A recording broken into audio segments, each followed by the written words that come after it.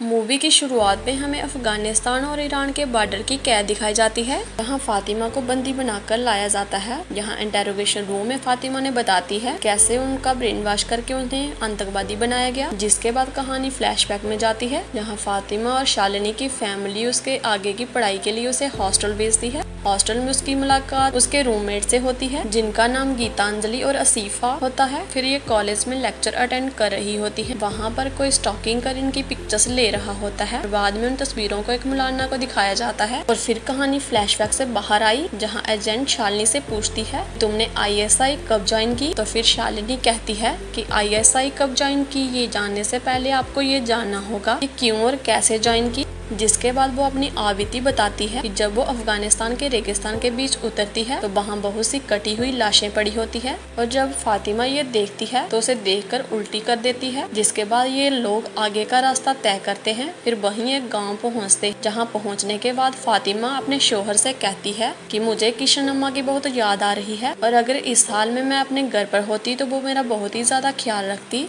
तो वो कहती है कि मेरी अम्मा से बात करवा दो। उससे थोड़ा जिद करती है तो ईशान गुस्से में पत्थर उठा लेता है। फिर अपना मिशन खराब होने के डर से उससे माफी मांगता है और कहता है कि अपना असली मकसद पहचानो। जिहाद के नाम पर हमें सबसे पहले अपनों की कुर्बानी देनी पड़ती है। जिसके बाद जब ये घर के अंदर जाते हैं तो ईशान फातिमा के साथ जबरदस्ती करता है। फातिमा उससे काफी मना करती है कि वो प्रेग्नेंट है, पर वो दरिंदा नहीं मानता। जिसके बाद कहानी और पीछे जाती है, जहाँ ये तीनों दोस्त शाम के डिनर के लिए तैयार हो रही थी। तो असीफा अपनी फ्रेंड से कहती है कि मुझे बीच के पास कुछ काम है और नीचे मेरे कजिन्स मेरा वेट कर रहे हैं, तुम लोग भी मेरे साथ चलो। उसके बाद इनकी मुलाकात रमेश और अब्दुल से होती है, जहाँ रमेश खुद का इंट्रोडक्शन देते हुए बताता है वह MBBS फाइनल ईयर में है। जो ड्राइव कर रहा है वह है अब्दुल, जो कि बिल नॉन बिजनेसमैन है और कहता है वहाँ जितना भी कमाओ उसका कुछ हिस्सा डोनेट कर दो, ये हमारा इस्लाम कहता है। और इंडिया में कमाकर मैं ज्यादा लोगों की मदद नहीं कर पाऊंगा। और उसी शाम जब तीनों फ्रेंड्स अपनी लाइफ को एंजॉय करती हैं और रेस्टोरेंट से बाहर निकलने के बाद असीफा इनसे कहती है कि अगर कोई इस्लाम पर बिलीव नहीं करता, अल्लाह को नहीं मानता, तो उसे दोजख की आग में जलाया जाता है और जो मानता है उसे जन्नत नसीब होती है। और तुम लोग तो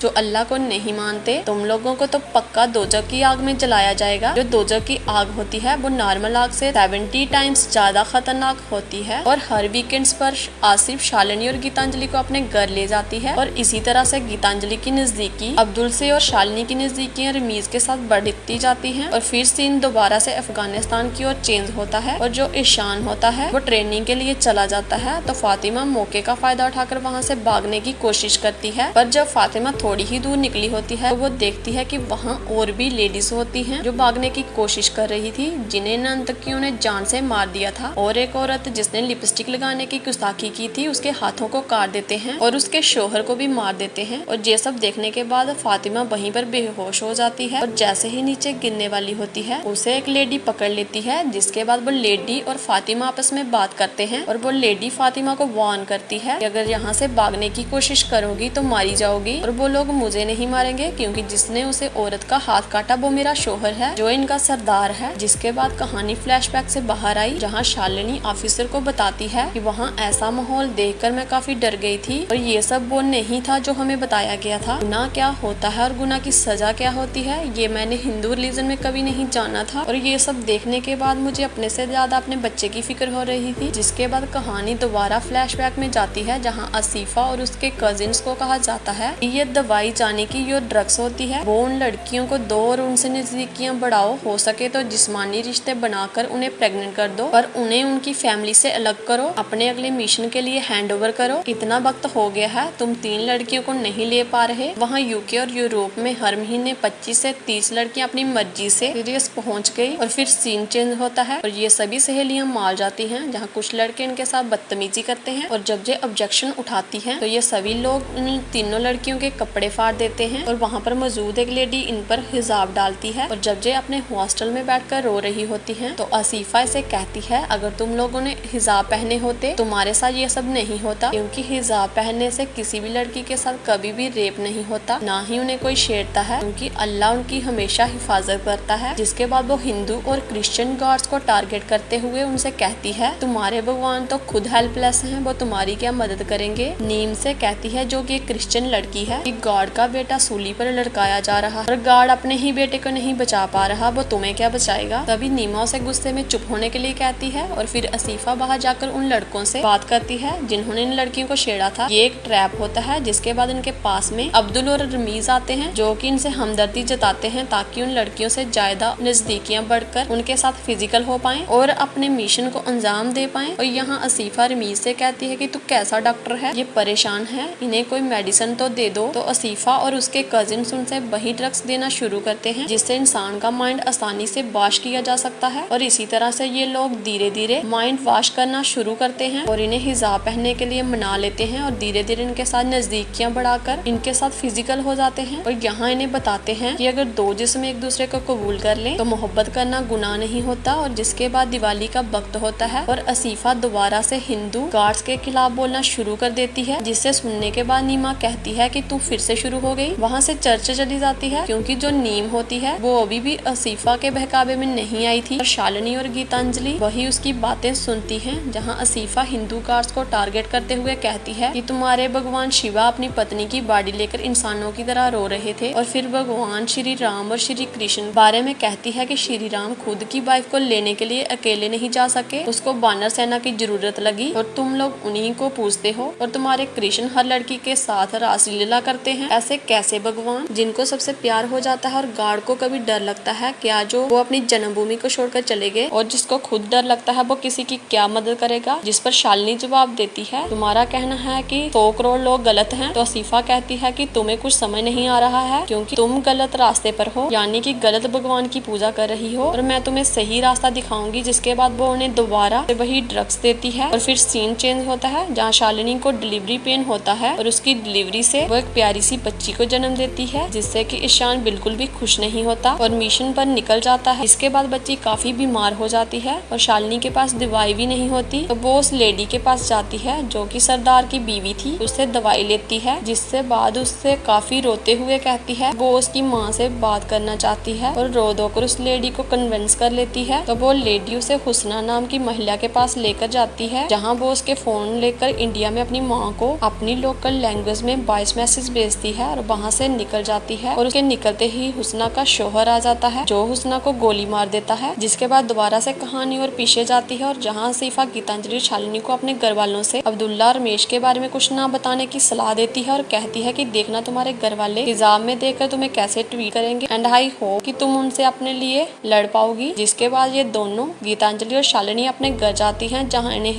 इन्हें हिजाब में देखने के बाद इनके पेरेंट्स जो होते हैं वो काफी शॉक होते हैं। और अगले दिन जब शालिनी की माँ से भगवान का प्रसाद देती है, प्रसाद नहीं लेती और उलट पलट कर अपनी माँ से बहुत ही रूडली बात करती है और कहती है कि जो तुम पत्थरों की पूजा करती हो, उपवास रखती हो, क्या बचा पाया तुम्हारा भगवान तुम्हारे पति को? जो भगवान खुद इतना हेल्पलेस है वो कैसे किसी को बचा पाएगा? जिस पर गुस्सा होकर उसकी माँ से एक थप्पड़ जड़ देती है, पर शालिनी को इसका कोई फर्क नहीं पड़ता, क्योंकि शालिनी और गीतांजलि का माइंड अब पूरी तरह से बाश हो चुका था। इन्हें पता भी नहीं होता कि ये अब कितने बड़े ट्रैप में फंसने वाली हैं। जिसके बाद सीन चेंज होता है और ये एक मौलाना के पास होती है, यहाँ मौलाना भी इनका माइंड वॉश करता है। वहीं शालिनी की मुलाकात होती है भाग्य लक्ष्मी नाम की एक लड़की से। यहाँ भाग्य लक्ष्मी उसे बताती है कि वो और उसके जैसी और भी 48 लड़कियां, जिनमें से 7 क्रिश्चियन हैं और बाकी की हिंदू हैं, वो अपना घर छोड़कर जहाँ आई हैं, सभी लड़कियों की सेम स्टोरी है। वो यहाँ इस्लाम कबूलने आई हैं क्योंकि उनके पेरेंट्स उनकी शादी मुस्लिम लड़कों से नहीं करना चाहते। जहाँ भाग्य लक्ष्मी ये बात बता रही होती है तो शालिनी को वहाँ उल्टी होने लगती है, क्योंकि वो भी प्रेग्नेंट हो चुकी थी और रमीज के बच्चे की माँ बनने वाली थी। जिसके बाद वो रमीज के पास जाती है और रमीज को शादी के लिए कन्विंस करती है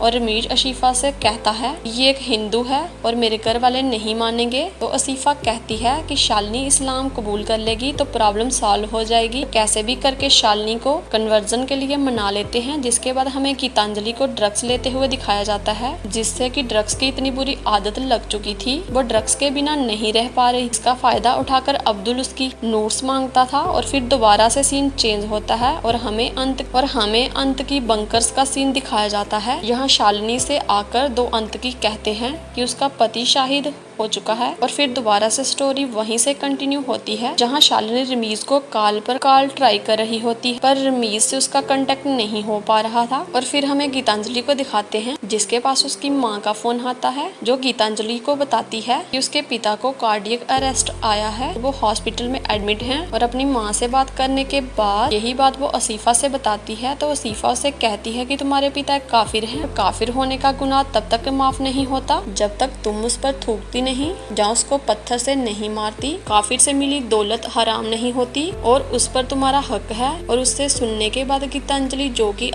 अब अनीशा बन चुकी थी, वह हॉस्पिटल जाती है और अपनी माँ से कहती है कि हार्ट अटैक अल्लाह की देन है और अगर मरने के बाद तुम जन्नू में जाना चाहते हो तो इस्लाम कबूल कर लो। और इतना कहने के बाद वो अपने पिता के सिर पर थूकती है। फिर हमें अब्दुल को दिखाते हैं, जो कि मौलाना से 2 दिन का और वक्त मांगता है और गीतांजलि से कॉल करके उसके साथ सीरिया जाने को कहता है, पर गीतांजलि उसे मना कर देती है और उसे नामर्द बोलती है, जिसे सुनने के बाद अब्दुल उसे असली औकात दिखाता है और गीतांजलि को धमकी देता है कि अगर वो उसके साथ सीरिया नहीं जाएगी तो वो उसकी नोट्स पूरे सोशल मीडिया पर वायरल कर देगा। जिसके बाद सीन चेंज होता है और हमें शालिनी को दिखाते हैं, जो कि मौलाना के पास होती है और मौलाना उसे कहता है कि रमीज उसे छोड़कर जा चुका है और उसे उसके गुनाह से बचने के लिए किसी नेक बंदे से निकाह कर लेना चाहिए, वरना वो दोज़ख में जाएगी। और अगर वो किसी नेक बंदे से निकाह करके सीरिया जाएगी तो उसे जन्नत नसीब होगी। और गीतांजलि शालिनी को काफी कॉल ट्राई करती है ताकि वो उसे सच बता पाए, पर शालिनी उसका कॉल अटेंड नहीं करती। जिसके बाद मौलाना शालिनी को ईशान के बारे में बताता है और इसे निकाह करने की सलाह देता है, जिससे कि शालिनी को मानना ही पड़ता है क्योंकि वो प्रेग्नेंट होती है। जिसके बाद हमें गीतांजलि को दिखाते हैं, जो कि अपने पिता की गोद में सर रखकर रो रही होती है और अपने पिता से कहती है ये गलती मेरी नहीं आपकी है, आपने कभी मुझे अपने धर्म के बारे में नहीं बताया। और यहाँ शालिनी ईशान से निकाह कर रही होती है और निकाह होने के बाद वहाँ शालिनी की माँ पहुँचती है और शालिनी को आवाज लगाती है और कहती है कि तेरे लिए मैं इस्लाम कबूल कर लूंगी, पर तू और मेरा दामाद हमारे साथ रहना। पर शालिनी कोई जवाब नहीं देती और जो असीफा होती है वो वहाँ से उसकी माँ को भेज देती है। जिसके बाद शालिनी की माँ गीतांजलि को कॉल करती है और गीतांजलि उन्हें बताती है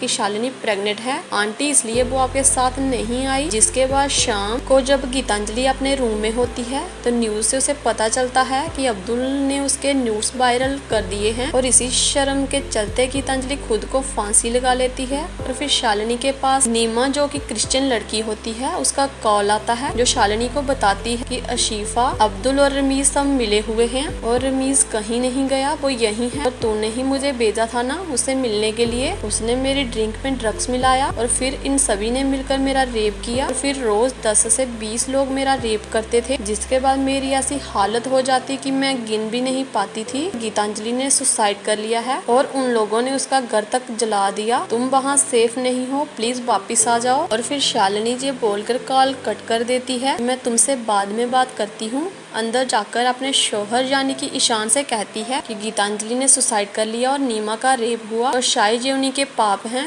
उनकी सजा मिली है क्योंकि गीतांजलि दोबारा हिंदू बन गई थी और नीमा ने इस्लाम कबूल नहीं किया। और फिर हमें नीमा को दिखाते हैं, जो कि पुलिस से हेल्प मांगने जाती है और उन्हें बताती है कि मामला कन्वर्जन का नहीं है, ये मामला नेशनल सिक्योरिटी का है। और पुलिस उससे कहती है कि आपकी कही बात पर हम कार्यवाही तो कर लें, पर जो आप बोल रही हैं उसे डॉक्यूमेंट सफिशिएंट नहीं है और कानून इमोशंस पे नहीं पुख्ता सबूत पर चलता है। तुम जो बता रही हो वह सिर्फ नंबर है, लड़का लड़की अपनी मर्जी से साथ हुए, इसमें हम इंटरफेयर नहीं कर सकते। तो नीमा कुछ और प्रूफ्स देते हुए कहती है कि आपको मेरी FIR लिखने में इतना टाइम लग गया, इंसाफ कब दिलाएंगे? जब सभी लड़के शालिनी की तरह यमन और सीरिया चली जाएंगी तब। और साथ में ये भी कहती है कि मैं समझ गई हूँ, मैं रुकूंगी और ना गुनहगारों को छोड़ूंगी। और फिर हमें शालिनी को दिखाते हैं जिसे कि कुछ जहाँ वो रह रही थी वहाँ से खींचकर अपने साथ ले जाते हैं। उससे उसकी बच्ची भी छीन लेते हैं और बाकी कैदियों के साथ पटक देते हैं। और जब जिसका जिसके साथ जबरदस्ती करने का मन करता है, ये दरिंदे उसके साथ रेप करते हैं। और जब जो सीरिया, ईरान और तुर्की बॉर्डर पर होते हैं, अब शालिनी और कुछ लड़कियां मौका देकर वहाँ से भाग निकलती हैं और बाकी लड़कियां मारी जाती हैं। और इनमें से सिर्फ फातिमा जाने की शालिनी ही बचती है। और 17 घंटों के बाद एक ड्रोन उसे नोटिस करता है, जिसके बाद दोबारा से हमें इंटेरोगेशन रूम का सीन दिखाई जाता है, जहाँ शालिनी उन ऑफिसर को अपनी बात बता रही होती है। और सारी बातें सुनने के बाद एक ऑफिसर शालिनी से कहती है कि तुम्हारा आतंकवादी होने के सारे सबूत हैं, हमारे पास तुम्हारे इनोसेंट होने का कोई भी सबूत नहीं है और तुम फेक पासपोर्ट से यहाँ आई हो और अब हम तुम्हारी मदद नहीं कर सकते और ना ही तुम्हें यहाँ से जा सकती हो, पर तुम्हारी बच्ची को हम ढूंढने की कोशिश करेंगे। जिसके बाद शालिनी अपनी माँ को इंडिया कॉल करती है, जिसके लिए ऑफिशियल उसे अलाउ कर देते हैं। फिर ये अपनी माँ को कॉल करके कहती है, अम्मा मैं ठीक हूँ, आप टेंशन मत लो, मैं वापस घर आने की कोशिश कर रही हूँ, मैं आपको फिर कॉल करूंगी। और ये कहकर कॉल कट कर देती है, जिसके पास शालिनी को जेल से ट्रांसफर किया जाता है। और हमें एक झलक आसिफा की दिखाई जाती है, जो कि अपने नए शिकार को टारगेट कर रही होती है। और अंत में शालिनी के हाथों से एक बच्ची हिजाब लेती है और उसे जला देती है। और हमें दिखाते हैं कि वहाँ उसके ही जैसी कई और लड़कियां होती हैं। और अंत में हमें प्रूफ के तौर पर रियल गीतांजलि के पेरेंट्स और नीम मेथी से हुई बातों की ओरिजिनल क्लिप दिखाते हैं। और इस मूवी को देखने के बाद हमें अंत में आप लोगों से सिर्फ यही कहना चाहूंगी, कोई भी किसी भी धर्म का इंसान इन आतंकियों के ट्रैप में ना फंसे और इस आतंकवाद को लेकर हमें मिलकर खात्मा करना होगा, ताकि ये आतंकी किसी भी धर्म की आड़